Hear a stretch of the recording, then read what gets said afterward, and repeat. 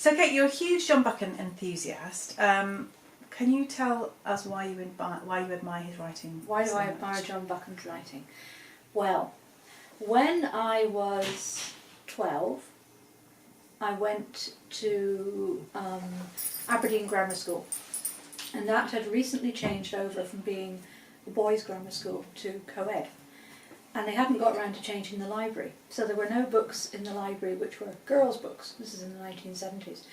So I read a great deal of boys' books, and John Buchan was a huge component of that boys' book reading. I just devoured all of John Buchan, and at that age it was perfect for me, and I loved it.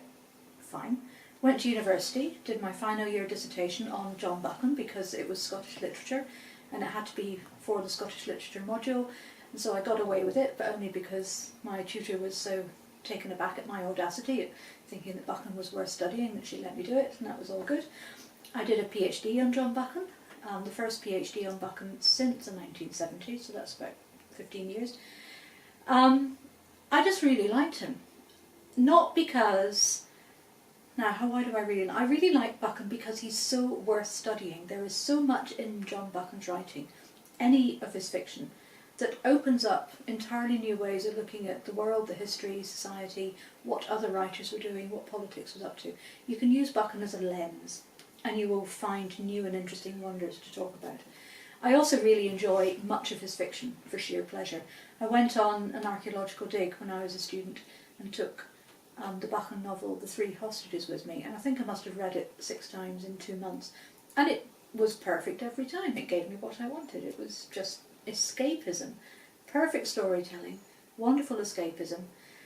I was very aware of the elements which are very much frowned on today, the racism, the accusations of anti-Semitism, and the overweening class snobbery, but actually you just get on with it. This is fiction of the period and you just read it, and you're aware of what the problems are. It's a story. It's not going to do anyone any harm. That was my attitude then, and I'm still fairly sound about that now, I think. Can you tell us a bit about who he was? Who was John Buchan? John Buchan, he was son of the manse. His father was a Presbyterian minister. He was the eldest of about 5 children, can't remember, but he was the treasured eldest son.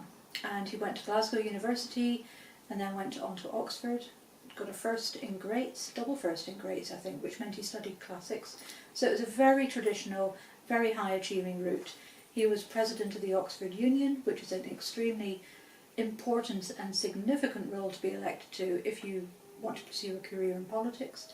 He did want to be a politician, and eventually he was, but he ended up going a route via civil service work in South Africa after the Boer War. Then he came back to Britain, worked as a journalist, edited The Spectator. Then he became a publisher after he got married, needed a steady job, steady income, worked for Thomas Nelson. In the First World War, he began as a literary historian and a war historian and also a journalist, made his way into the War Office, became the man writing the dispatches for General Haig from the Western Front, was taken on as the director of propaganda and became director of information, and ended the war as a lieutenant colonel. But his brother had died, his best friend had died, many friends had died. He'd been very ill. But after that, his career as a novelist had really taken off during the First World War with the 39 Steps. That was his big hit.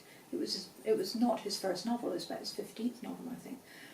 But after the war, he was writing a novel and a biography every year. And he was a politician, elected to the seat for the Scottish universities in 1927. And in 1935, King George selected him to become Governor-General of Canada, and he was made Lord Tweedsmuir, and he died in 1940.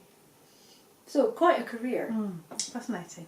And so this collection of short stories, can you tell me a bit about the different genres that are included in those short stories? Because it's quite wide-ranging. Yes. Well, this is why I like this book so much, this collection so much. Buchan was asked in 1928 to produce some short stories for the revived New Look Pall Mall magazine, which is a really famous short story magazine in what we call the Silver Age of fiction, which is when magazine fiction was just exploding. Everybody was buying story magazines every week, every month for pleasure. And so authors could write short stories and sell them again and again and get good money for them. So Buchan had been doing this for about 20 years. The Pall Mall magazine wanted to relaunch itself with a huge name to attract readers. So Buchan published 8 stories in the first year. And then a year later he collected these 8 stories plus a few more that he had a great fondness for as the Runagates Club.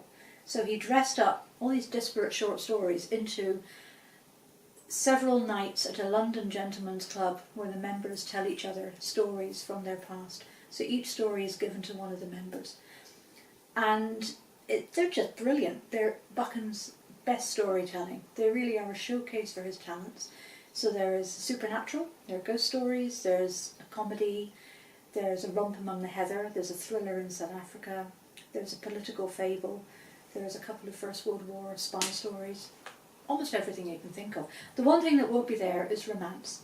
Buchan did not do love stories. He couldn't write women. He was atrocious at romantic fiction. He did try occasionally, but Lord, it's embarrassing. So you will not find romantic, sentimental love in these stories at all. In fact, you probably won't find any women.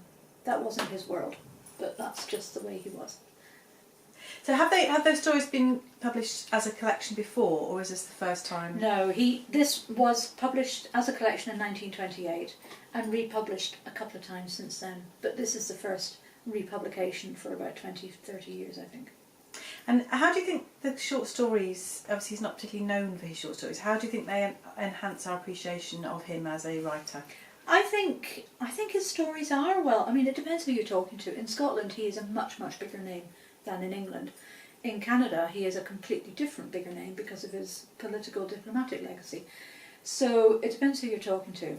The short stories enhance his reputation and his stature as a writer because they show he can write in miniature what he did at full length without any effort.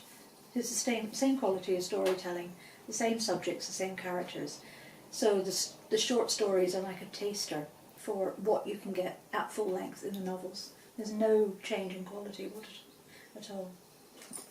And why did you want to publish? I'm guessing it's because you love John Buchan, but is there any other particular reason that drew you to that collection that you wanted to publish? It is one of my favourites. There are many collections of short stories, but I've always liked this one because it's so modern. It's the last complete collection he put together himself.